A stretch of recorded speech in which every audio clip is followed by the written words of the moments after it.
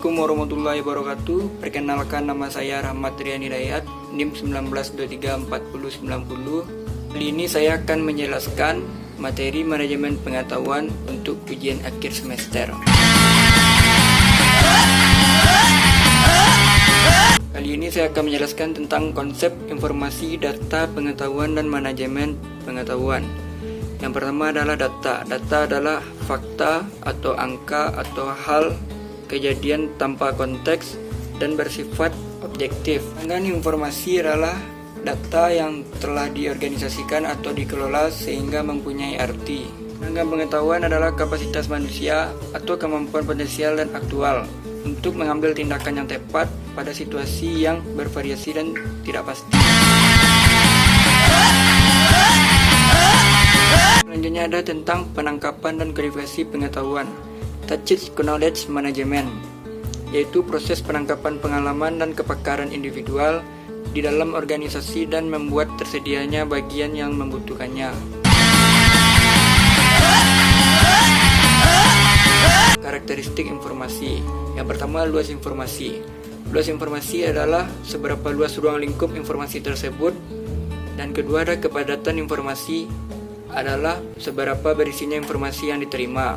Berikutnya ada tentang frekuensi informasi, keseringan informasi atau masing-masing tingkatan informasi yang dibutuhkan oleh masing-masing tingkatan manajemen. Dan ada waktu informasi.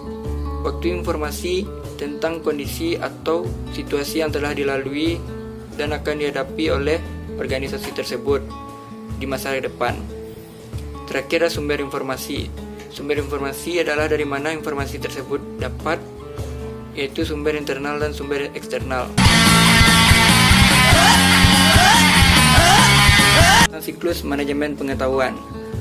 Model spiral pengetahuan Nonaka dan Takeuchi adalah bentuk pengetahuan tacit atau eksplisit dan berbagi pengetahuan.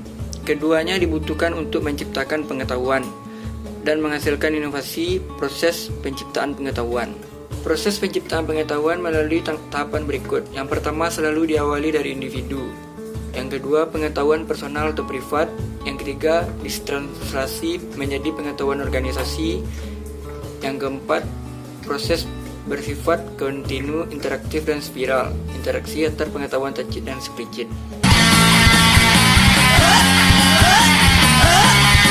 Versi pengetahuan. Yang pertama ada dari tacit ke tacit. Proses sosialisasi tentang berbagi pengetahuan secara langsung dan pengetahuan tetap bersifat tacit. Yang kedua, tacit ke eksplisit. Proses eksternalisasi memberikan bentuk yang terlihat dari pengetahuan tacit, memerlukan perantara untuk mentransfer pengetahuan. Yang ketiga, eksplisit ke eksplisit. Eksplisit ke eksplisit merupakan proses kombinasi potongan-potongan pengetahuan eksplisit ke dalam bentuk baru. Pengetahuan yang ada diurutkan dan disistematisasikan dalam sistem pengetahuan. Yang keempat, eksplisit ke tacit. Proses internalisasi mengubah pengetahuan dan pengalaman yang dibagi menjadi model mental individu sebagai basis dan pengetahuan tacitnya. Kodifikasi pengetahuan eksplisit. Masalah yang dihadapi adalah berkaitan dengan kualitas yang meliputi akurasi, kemudahan dimengerti, aksesibilitas, dan kredibilitas. Kodifikasi dapat dilakukan melalui 1. Pemetaan kognitif, 2. Pohon keputusan, 3. Taksonomi pengetahuan. Sistem manajemen pengetahuan, yaitu manajemen pengetahuan merupakan proses sistematis untuk menemukan, memilih, atau mengorganisasikan, mencarikan, dan menyajikan informasi dengan cara tertentu yang dapat meningkatkan penguasaan pengetahuan dalam suatu bidang yang kajiannya spesifik. Tujuan penerapan Knowledge Management atau KM. 1. Penghematan waktu dan biaya. 2. Peningkatan aset pengetahuan. 3. Kemampuan beradaptasi. Dan 4. Peningkatan produktivitas. Perangkat manajemen pengetahuan atau yang biasa disebut KM Tools.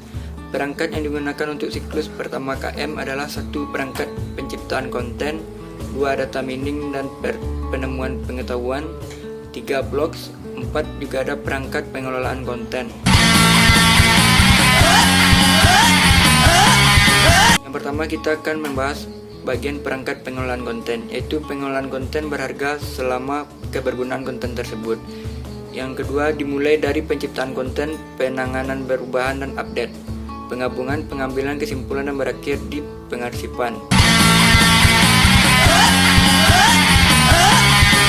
Di sini juga membahas perangkat berbagi dan penyebaran pengetahuan, meliputi penggunaan teknologi komunikasi, telepon, email, dan kolaborasi workflow yang kemudian dikelompokkan ke dalam kategori group work atau kolaborasi. Perangkat yang digunakan adalah pertama ada grup web dan kolaborasi, 2 wikis, 3 teknologi jaringan. Materi terakhir yaitu aplikasi manajemen pengetahuan. Aplikasi manajemen pengetahuan terhadap perusahaan dapat dikelola secara kontinu, produktif, dan efektif oleh aplikasi manajemen pengetahuan yang dibangun.